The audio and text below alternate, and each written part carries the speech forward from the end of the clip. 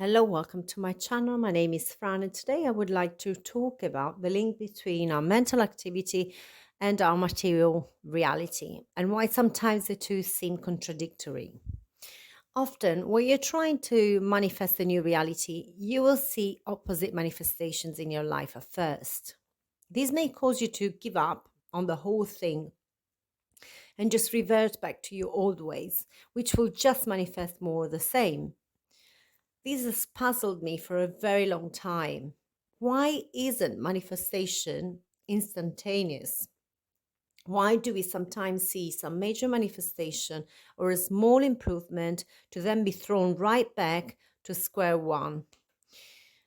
It's like a double slap in the face.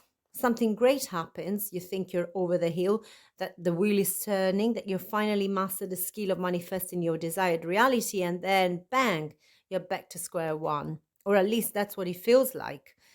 In actual facts, we are not really going back to square one at all, but progress is never linear. It comes in stages. You might be going one step forward, then one back initially, then two steps forward and one back, then maybe two steps forward and two back, then three forward and two back. So it will not be immediately obvious to you that you're making progress, but you are. The trick, in order to keep moving forward, albeit slowly, is to not get deflated or deflected by the steps back. If we give up every time there's a setback, then we can't make progress and we get stuck at square one.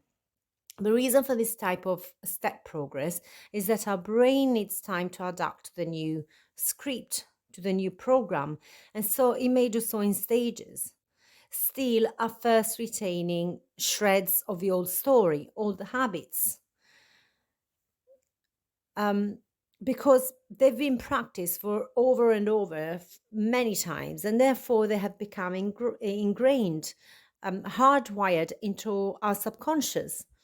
So, our first manifestation may work like a painkiller.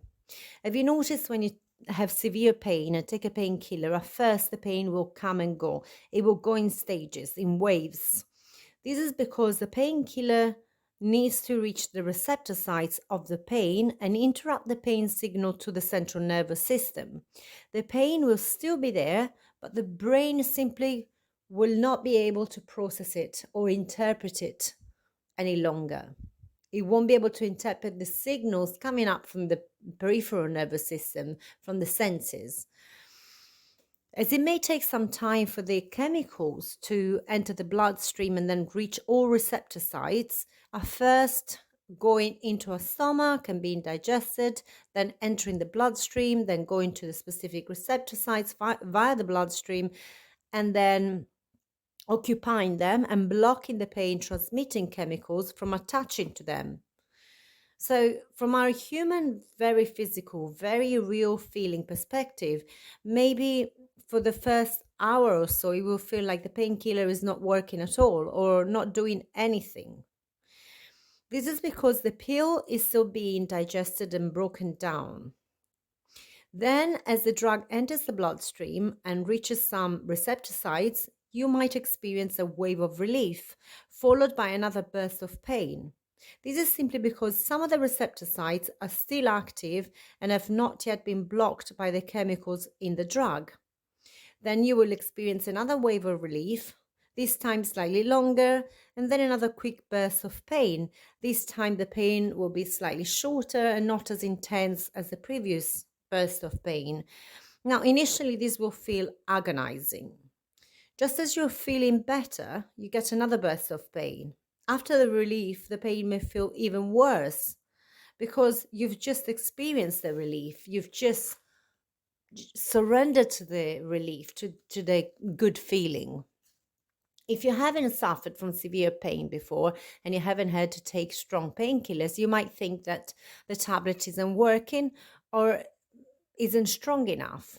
And you might be tempted to take more immediately.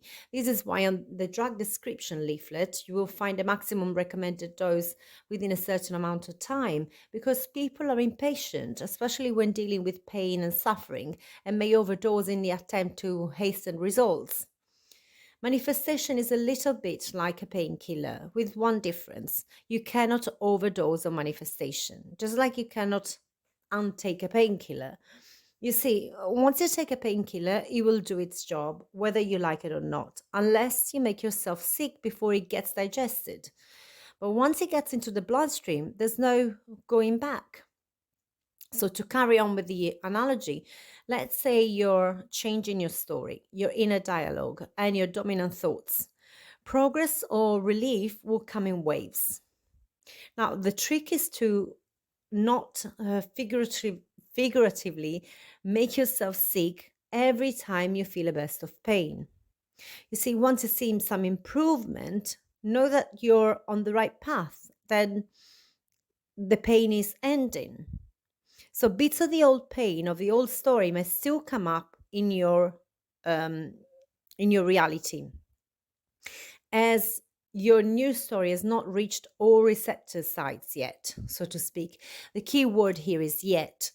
And the key is not to move back to the old story in your head every time bits of it come up in your reality, in your 3D.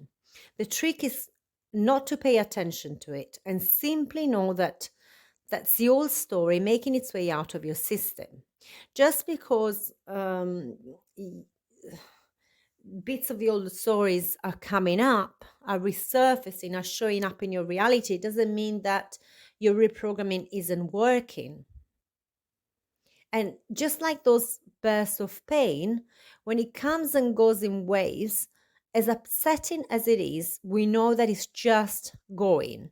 Once a drug will reach all receptor sites, then our brain will no longer be able to process the pain signal and it will become temporarily immune to it. Now, first notice that the pain is still there. Our brain simply cannot process it any longer.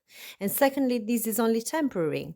In other words, when the effects of the drug wear off, the pain will come back unless the environmental or physical triggers is gone completely. Say the wound is healed or the inflammation is gone. It's the same with manifestation. We will need to keep taking the manifesting pill, in other words, to consciously focus on the desired outcome and away from undesired circumstances until the undesired circumstances have completely left our life. So know that at first, we will need to take the drug at regular time intervals until the body is healed completely. But also know that after you take the pill, you will need to allow it the time to work and that the pain may at first come and go in waves. Every time you feel a burst of pain, know that this time it will be shorter and less severe than the previous time, and know that a huge wave of relief is coming. There's another level to this analogy. When you're in constant pain or any relief from that pain, in other words, lack of pain or feeling normal, will feel amazing. It will feel like heaven. Yet, as the pain disappears for longer and longer intervals of time, the body will get used to the new normal, to the normal feeling, and it will just take it for granted. It's the same with manifestation or reality creation. As we become more proficient at manifesting our desired reality, magnificent and amazing will become the new normal. You will just start assuming that that's your new reality. You see, when you're in pain, you imagine being free from pain and you think of it like heaven on earth. In fact, there is a moment when it does feel like that.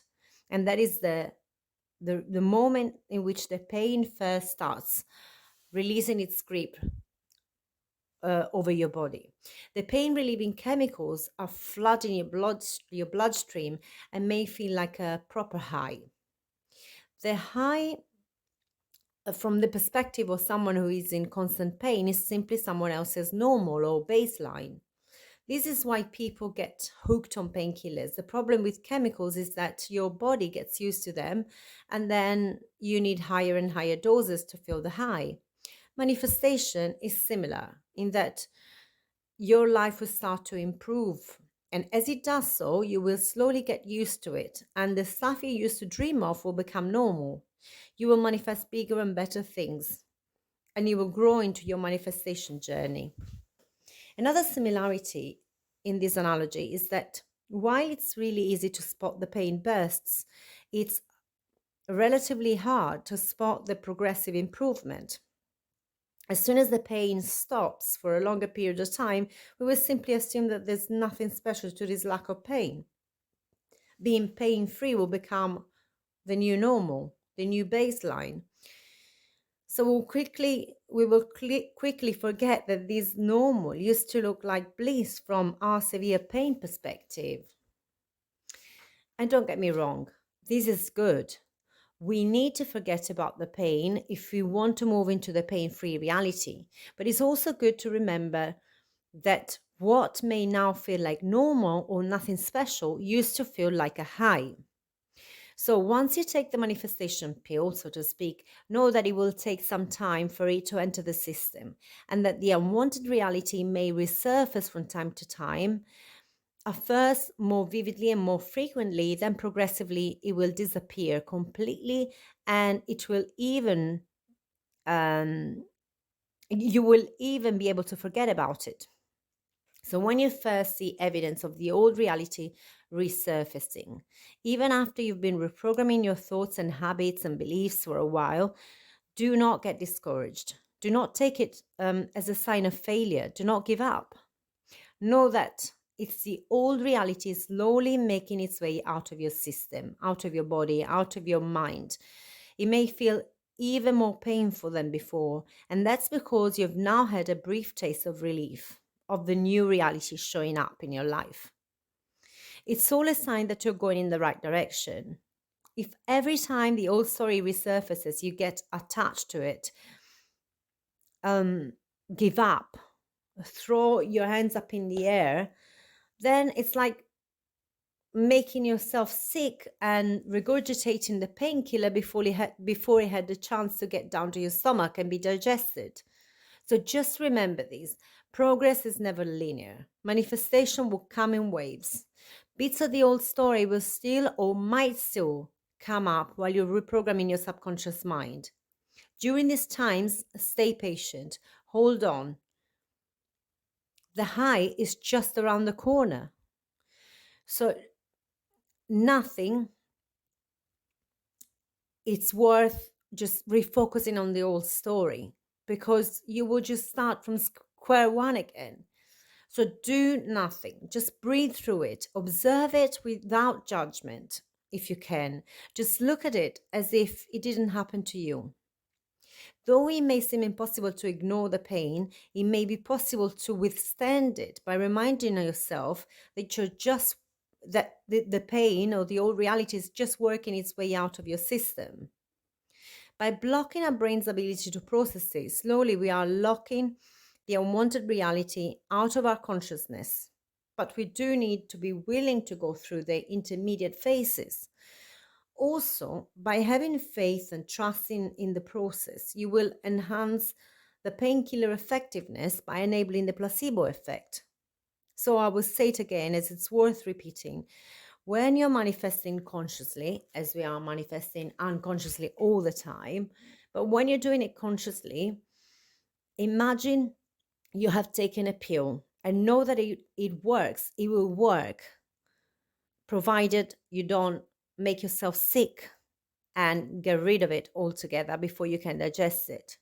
Then breathe through the relapses or pain resurfacing phases. Know that they are just part of the process. Become aware of the moments of relief and notice how they become more frequent and how they last longer too. And like a pill, manifestation works whether you believe in it or not. But if you do believe in it, its effect gets amplified and magnified by the placebo effect. Also, if you get enraged or desperate when the pain reappears, you tend to counteract the placebo effect, hence counteracting the effectiveness of the pill and slowing down the healing process.